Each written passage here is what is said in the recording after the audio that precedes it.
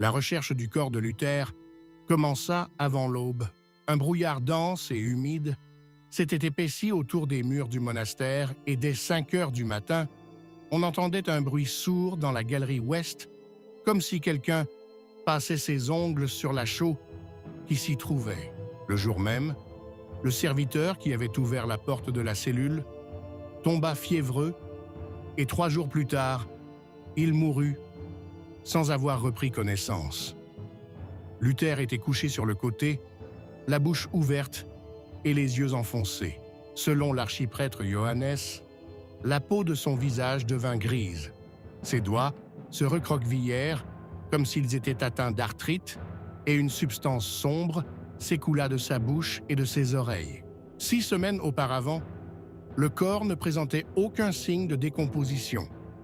Il lisait encore, écrivait et réunissait le cercle le dimanche. Cependant, même à ce moment-là, la décomposition était déjà perceptible. Il marche difficilement, suffoque dans les escaliers, transpire abondamment même au repos. Dans une des lettres envoyées à Leipzig, il se plaint. « Ma chair est devenue plombée. La nourriture n'est pas digérée. Mon esprit est obscurci. La nuit, j'entends les murs murmurer. » Ces mots ont longtemps été considérés comme une allégorie, mais à la fin du mois de janvier, le délire est devenu constant. Selon le docteur Karl Zimmer, qui a soigné Luther, les principaux symptômes sont un gonflement des membres inférieurs, une fièvre constante et une éruption cutanée sombre sous les aisselles.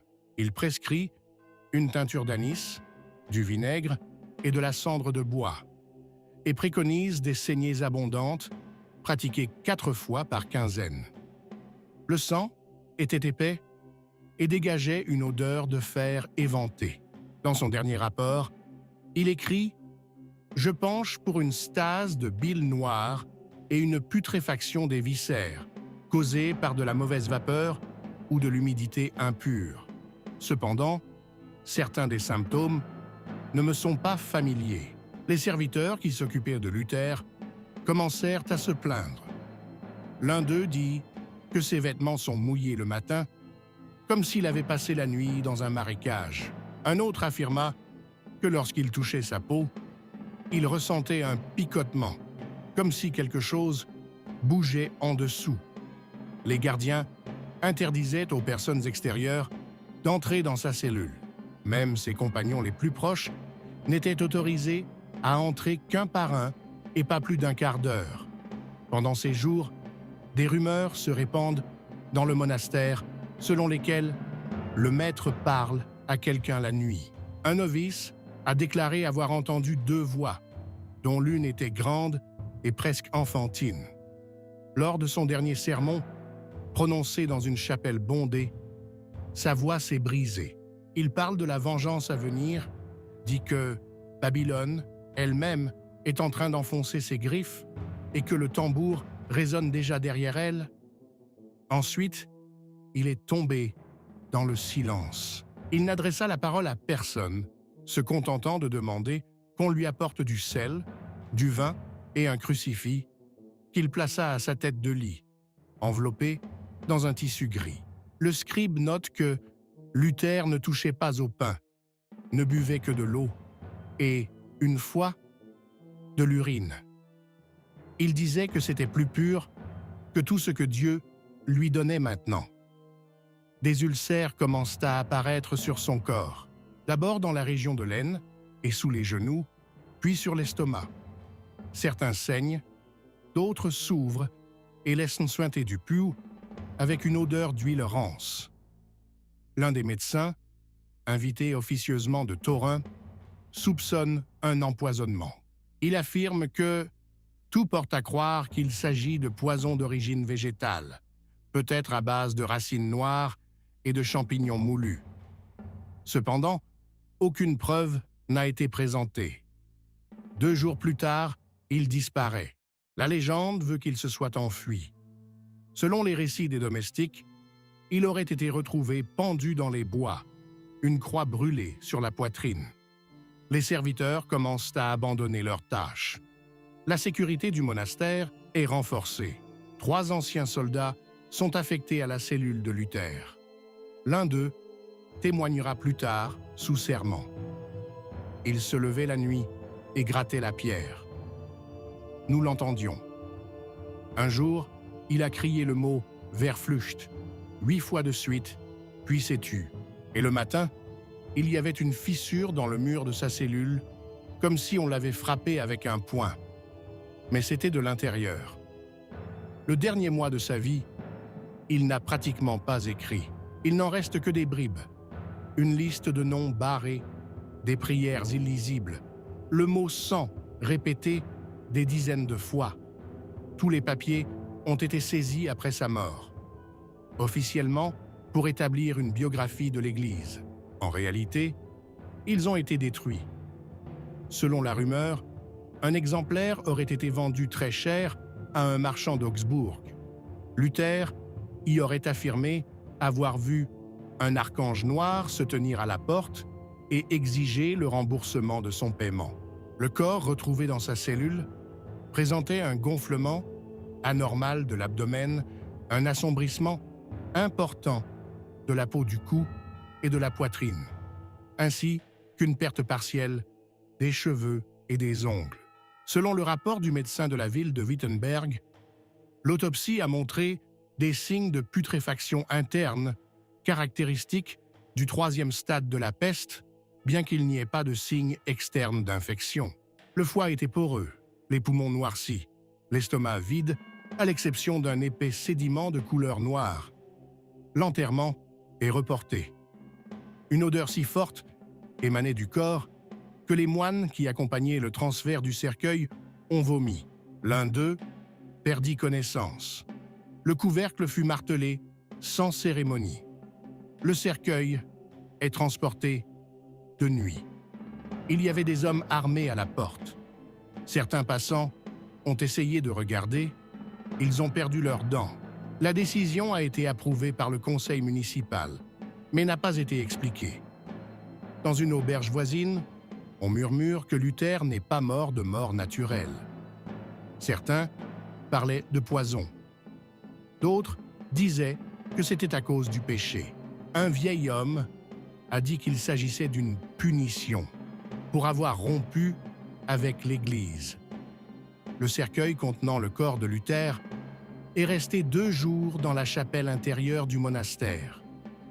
Il ne fut ni soulevé, ni enterré, ni ouvert. Les portes furent scellées avec de la cire, portant les armoiries de la ville de Wittenberg. La 3e nuit, un gardien nommé Matthias Breitmann fut retrouvé mort à l'entrée de la chapelle. Son visage est déformé et sa peau est couverte de cendres. Selon le registre de la police, la cause de la mort est une hémorragie interne, probablement due à la peur.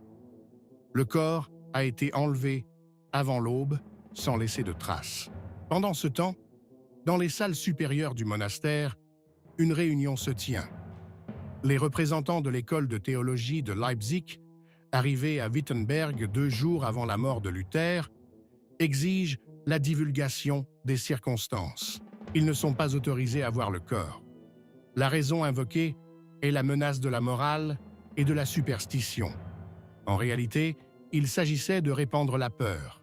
L'un des moines dit avoir entendu quelqu'un réciter un psaume dans la chapelle pendant la nuit. Mais la porte est restée scellée. Les archives du magistère Jacob Stein, conservées dans les archives d'Erfurt, indiquent « Certains prétendent qu'il reste du souffle dans le corps. Il ne bouge pas, mais de la vapeur en sort, même à travers le bois. Et si vous vous approchez du couvercle, vous pouvez entendre un grondement, comme dans une grotte. » Ces paroles sont reconnues comme de la fiction.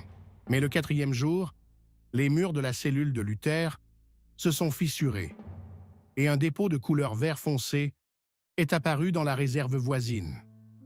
La femme de ménage qui l'a trouvé est devenue aveugle. Elle mourut 1 semaine plus tard d'une fièvre.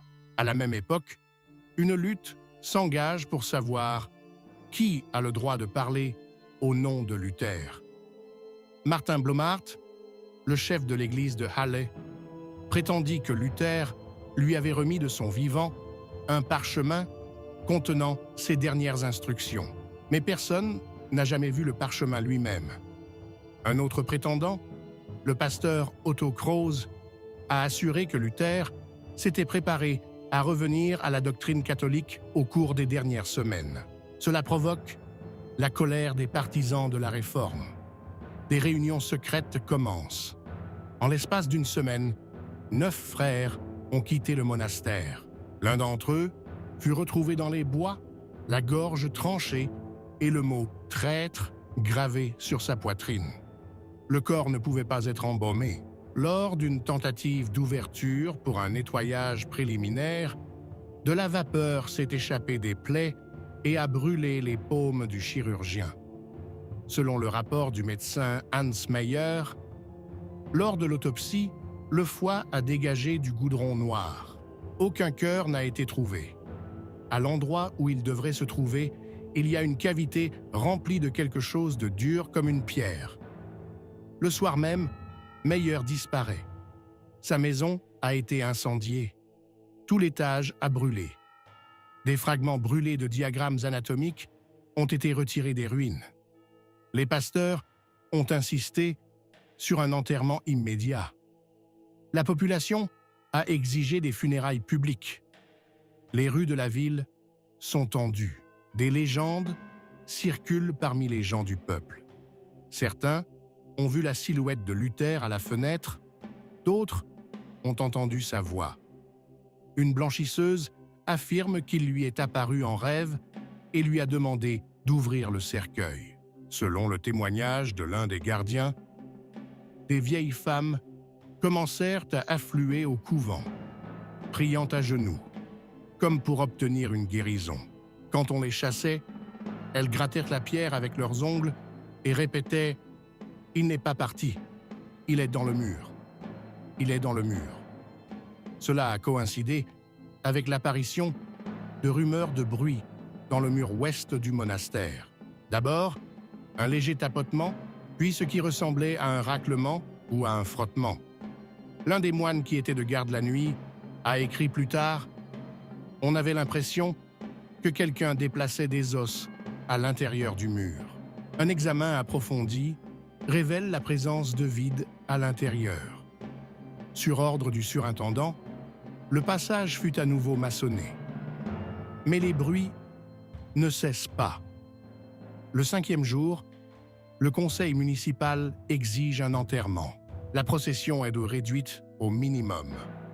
Seuls 3 ecclésiastiques et 16 soldats sont autorisés à s'approcher du cercueil. Les gens se rassemblent sur la place, mais le corps n'est pas montré. Le cercueil est sorti dans la nuit. L'un des soldats qui l'a transporté a avoué plus tard « Il était plus léger qu'il ne devrait l'être », comme s'il était vide. Mais il y avait quelque chose qui roulait à l'intérieur. En descendant dans la crypte, l'un des prêtres s'est mis à saigner du nez et des oreilles. Il a été transporté.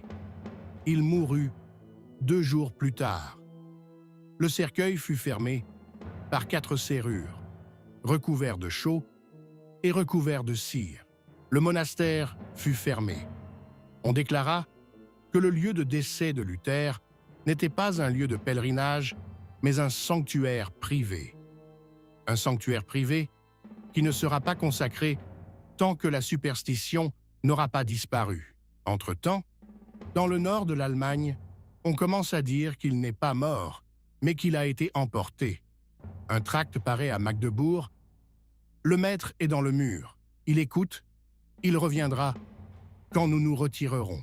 Dans la seconde moitié du mois de février, une série d'effondrements commence dans le monastère. 3 moines ont déliré, s'accusant mutuellement de trahison. L'un d'eux se jette par la fenêtre. Un autre s'est barricadé dans une cellule, traçant des citations du psaume 90 avec du sang. Les offices sont suspendus. L'archevêque de Meissen propose de fermer complètement le monastère. La décision est rejetée, mais les gardes sont renforcés. La biographie officielle de Luther, publiée un mois plus tard, ne mentionne ni ulcère, ni délire, ni autopsie. La mort est décrite comme le passage tranquille d'un homme juste dans la nuit. Pas un mot sur les bruits ou les fissures dans les murs, mais une copie du rapport privé du médecin du monastère a survécu dans les archives. La dernière ligne dit « Si c'était un corps, il ne savait pas qu'il était mort. » Confirmé. Et je poursuivrai avec la troisième partie, où la mort de Luther commencera à affecter la doctrine elle-même, créant des schismes, de la peur et de nouvelles formes de fanatisme religieux. Une semaine après l'enterrement de Martin Luther, des émeutes éclatent à Wittenberg. Dans l'église paroissiale Saint-Pierre, pendant le sermon, quelqu'un a crié que le maître est mort, le cœur enlevé, et que Dieu a laissé la chair d'un hérétique. Le pasteur s'égare. La foule devient incontrôlable et l'office se termine par un massacre. Le massacre a été réprimé avec l'aide de la garde municipale. L'un des participants a avoué plus tard « Je n'ai pas crié, c'est sorti de moi. C'était comme un murmure venant de l'intérieur. » Pendant ce temps, des prédicateurs itinérants commencent à arriver au monastère. Certains affirment avoir entendu la voix de Luther leur ordonnant de laisser les livres et d'écouter les murs.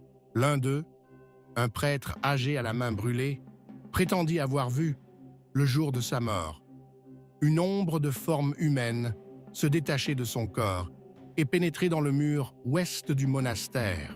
Il fut expulsé. Mais le lendemain matin, dans la chapelle, on trouva le mot gravé dans la pierre. Ici. Il se passe des choses étranges à l'intérieur du monastère.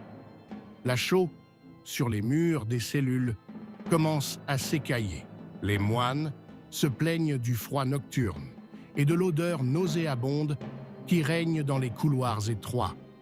L'un d'entre eux, frère Thomas, a déclaré que, la nuit, c'était comme si la pierre respirait. Un autre a commencé à avoir des crises d'épilepsie et à crier dans une langue inconnue. Il est enfermé. 2 jours plus tard, il mourut d'un arrêt cardiaque, serrant ses propres pieds dans ses bras. Une page écrite de la main de Luther a été retrouvée dans sa cellule. Mais les experts de Halle estiment qu'il s'agit d'un pur faux. Une crise doctrinale se prépare. Les partisans de Luther sont divisés. Certains pensent que sa mort est sacrificielle et prophétique, d'autres qu'il est mort sous l'emprise du péché, dans la folie, et que c'est un signe de la colère de Dieu. Les premières révoltes éclatent. Dans un village, près de Leipzig, tous les exemplaires des traités de Luther sont brûlés, accusés d'ouvrir les portes de l'enfer. Ils les accusent d'ouvrir les portes de l'enfer. À Hambourg, une foule tente de détruire une église où enseigne l'un des disciples de Luther.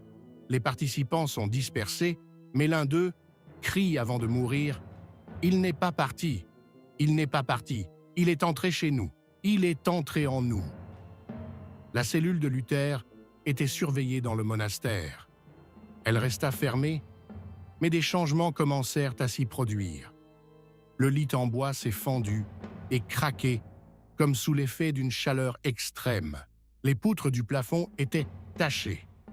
2 chiens de garde ont été placés à l'entrée. Les 2 sont morts.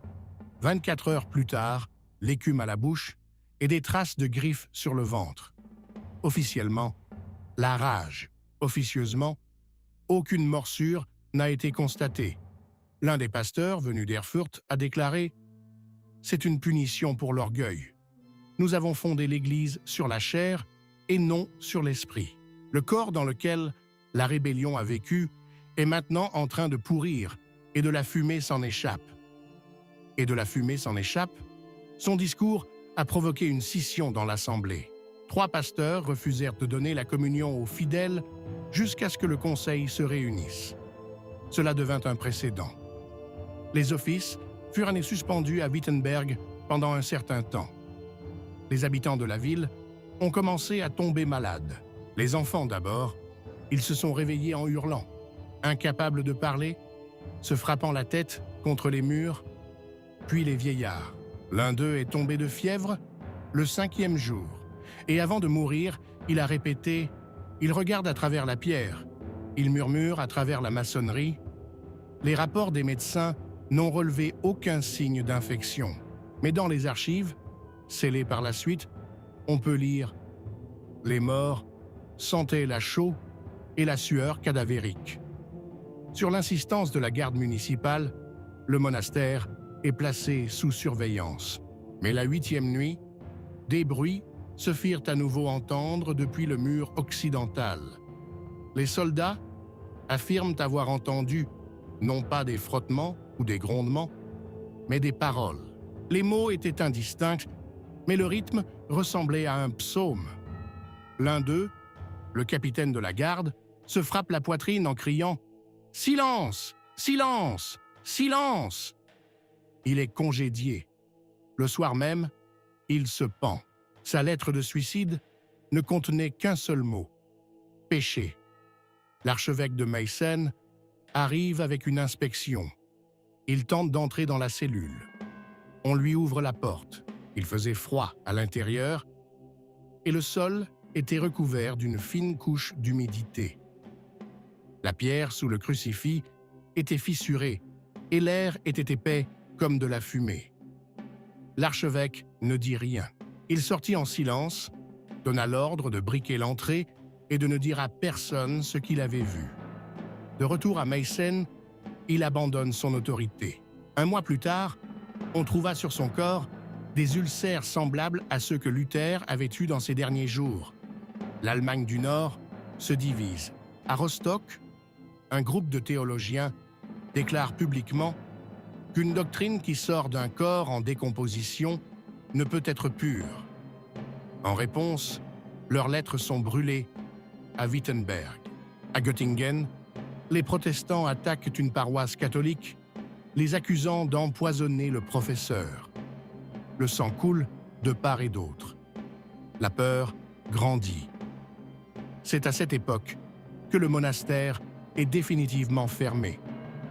L'accès est interdit. Tous les frères sont transférés. Les habitants ont affirmé que de la vapeur s'élevait au-dessus du mur occidental la nuit, même par des températures glaciales. Parfois, on entend un son discret, comme du métal. Ils ont commencé à déposer du pain, des bougies, des cheveux sur le mur. Personne ne donnait d'ordre, mais tout le monde savait qu'il fallait donner quelque chose. Au printemps, le 40e jour après l'enterrement, le monastère fut officiellement annoncé un lieu de silence. Cette décision a été prise en urgence par le Conseil des Églises d'Allemagne centrale avec le soutien secret de représentants des princes protestants. La formulation était « pour éviter la propagation de la superstition et la déstabilisation du monde religieux ». Mais la vraie raison est qu'aucun des pasteurs influents venus évaluer la situation n'a accepté de passer la nuit dans le monastère. Le rapport d'enquête du pasteur Johannes Gildenstein indique ce qui suit. Sensation de vibration interne dans la pierre. La lumière disparaît à l'entrée du côté ouest. Lorsque l'on reste longtemps près du mur, on ressent un goût métallique dans la bouche, des maux de tête, une sensation de pression dans la poitrine. Le document a été classé secret. Des témoins ont été interrogés. 2 d'entre eux ont été enfermés dans un hôpital pour malades mentaux. L'un d'eux a griffonné sur le mur de la salle « Il ne pourrit pas dans le sol, il pourrit en nous ». Entre-temps, des phénomènes ont commencé à se produire sur le terrain qui seront plus tard décrits comme les enquêtes de Wittenberg. À Lauenburg, un pasteur devint muet, après avoir tenté de lire à haute voix un extrait de la dernière lettre de Luther. À Salle, des enfants se mettent à dessiner des visages sans yeux, affirmant que c'est à cela que ressemblait le maître dans un rêve. À Leipzig, une imprimerie préparant un recueil de sermons de Luther accompagné d'une préface sur sa mort paisible, brûle pendant la nuit. Le feu a pris sur une étagère où étaient stockées des feuilles de correction. L'imprimeur, qui a tenté de sauver les documents, est mort par asphyxie. Des témoins ont raconté qu'avant de mourir, il s'est frappé le visage comme pour chasser les mouches. À l'ouest de Wittenberg, un mouvement se forme, que les historiens appelleront plus tard la fraternité muette. Il s'agit de mendiants, de pèlerins et d'anciens étudiants de monastères qui ont renoncé à la parole et à la communication. Ils marchaient par groupes de 5 ou 6 personnes, portant des paquets de cendres, des bouts de tissu, des feuilles brûlées. Sur leur poitrine se trouvait une croix dessinée avec des cendres. Ils se sont rassemblés devant le mur occidental, immobiles dans la nuit. Lorsque les gardes tentent de les disperser, ils se mettent à murmurer le même passage de la Genèse. Et les ténèbres étaient sur l'abîme. Et les ténèbres étaient la parole. Et les ténèbres furent la parole. La peur prend le dessus. Le conseil municipal interdit la mention du nom de Luther dans les sermons publics. Les étudiants en théologie sont invités à n'étudier que les ouvrages canonisés. Quiconque distribue des copies manuscrites des derniers écrits de Luther est déclaré hérétique. Le premier procès, pour l'exemple, a eu lieu à Erfurt. Le professeur accusé a affirmé avoir vu la nuit le visage de Luther dans le mur de sa propre cellule et qu'il lui avait dit de finir d'écrire l'épître. Il est exécuté sur la place du marché. Avant de mourir, il s'écria « Il est revenu, il est dans la pierre ». On tenta de démolir le monastère. Les travaux ont commencé en juin. On commença par démolir le mur extérieur de l'aile orientale. Puis, on s'attaqua à l'aile ouest. Mais dès que le marteau a commencé à frapper la pierre, 5 ouvriers ont ressenti une douleur aux yeux. 2 sont devenus aveugles. L'un d'eux est mort d'une hémorragie cérébrale. Les travaux sont interrompus. L'architecte, qui venait de Halle, partit précipitamment. Dans son journal, on peut lire « Au 3e coup, la pierre a gémi, je l'ai entendu, ce n'était pas un écho. Après cela, le monastère fut entouré d'une clôture en bois et déclaré fermé à jamais. » La carte de Wittenberg, publiée la même année, ne mentionne pour la première fois pas le bâtiment du monastère. Il est remplacé par un vide. Toutes les références ultérieures à l'histoire de la Réforme devinrent strictement calibrées, dépourvues de corporalité, sans mention des détails de la mort. De nouveaux traités paraissent sur la transcendance spirituelle de Luther, dans laquelle son corps ne meurt pas, mais s'élève dans la doctrine. Mais les rumeurs n'ont pas disparu. Des pasteurs affirment que lorsque certains passages des derniers sermons sont lus, de la vapeur s'échappe du parchemin. Les fermiers apportaient des poulets, du sel et du charbon au mur ouest, non pas comme une offrande, mais comme un paiement. La carta desapareció posteriormente. Oficialmente, no existía. Mientras tanto, se formaba una zona de silencio alrededor del monasterio. Empezaron a nacer bebés muertos en casas situadas a menos de 300 pasos del antiguo edificio. Il s'est présenté comme chercheur et a pu accéder au périmètre extérieur. 2 jours plus tard, il a été retrouvé dans une taverne à la porte de la ville. Il ne parlait pas. Ses vêtements étaient mouillés, comme une cave. Dans sa poche, ils ont trouvé un morceau de tissu au bord carbonisé et un mot gravé au fusain. Decay. Décomposition. La ville s'est mise en marche. La réforme avait suivi son cours. Mais au centre de Wittenberg, derrière une clôture, derrière une porte défoncée, au milieu de la chaux, du sel et de l'obscurité, il restait une cellule, une pierre qui ne pouvait être détruite, une odeur qui n'avait pas disparu, une ombre qui, comme l'ont écrit les chroniqueurs, n'est pas tombé de la lumière, mais s'y est opposé. À l'automne de la même année, 7 mois après la mort de Luther, le premier congrès théologique, après un long intervalle, se tint à Wittenberg. L'une des questions à l'ordre du jour était de savoir comment interpréter les dernières semaines de la vie du maître. Aucune des personnes présentes n'a parlé d'ulcères, d'hallucinations, d'autopsie ou de grattage du mur. Le procès-verbal de la Convention commence par la phrase suivante. Le corps se repose, l'esprit continue. Mais le bruit courut parmi les représentants des principautés méridionales qu'une lettre fermée de l'archevêque Meissen avait été présentée au Congrès, contenant 9 points, parmi lesquels ne pas discuter publiquement des circonstances de la mort, ne pas toucher aux lettres tardives dans l'enseignement et surtout ne jamais s'approcher du mur occidental. La lettre a ensuite disparu. Officiellement, elle n'existait pas.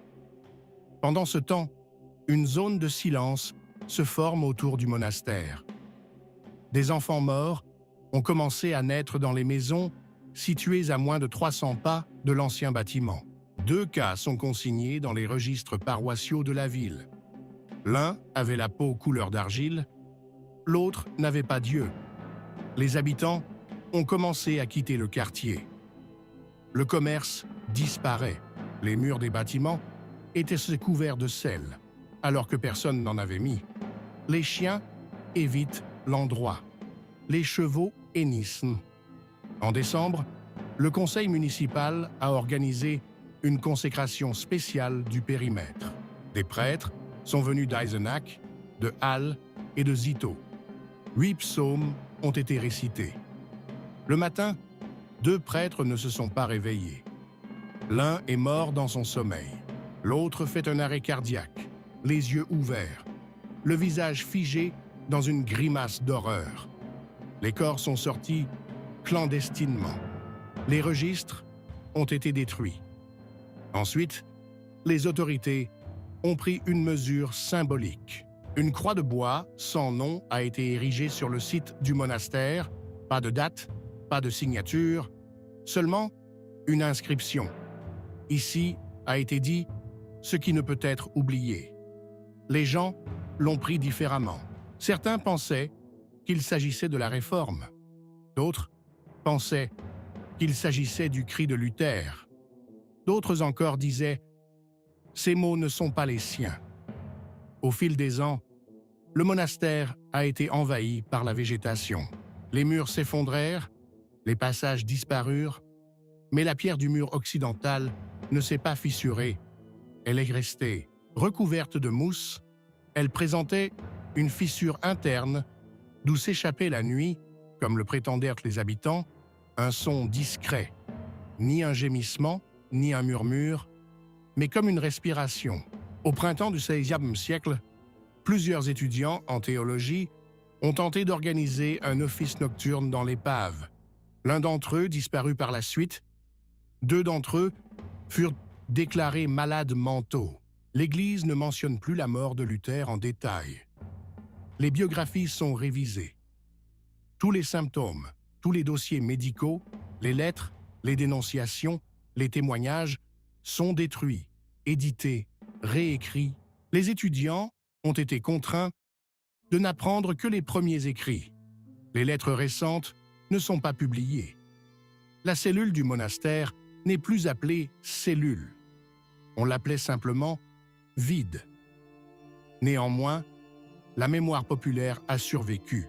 La tradition orale de Wittenberg a longtemps raconté que dans la nuit du 11 au 12 février, le jour de la mort, si l'on tend l'oreille vers le sol, près de l'ancien monastère, on peut entendre le maître discute encore.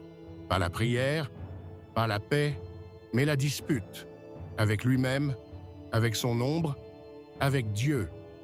Certains disent que la pierre a commencé à se fissurer, non pas à cause du temps, mais à cause des mots, qu'à l'intérieur du corps, qui pourrissait sans cœur, quelque chose était né, Non pas un esprit ou une chair, mais une réponse. Et cette réponse est restée dans la chaux, dans le plâtre, dans l'air humide entre les maçonneries. Elle ne connaît pas l'oubli parce qu'elle n'est pas née en tant qu'homme.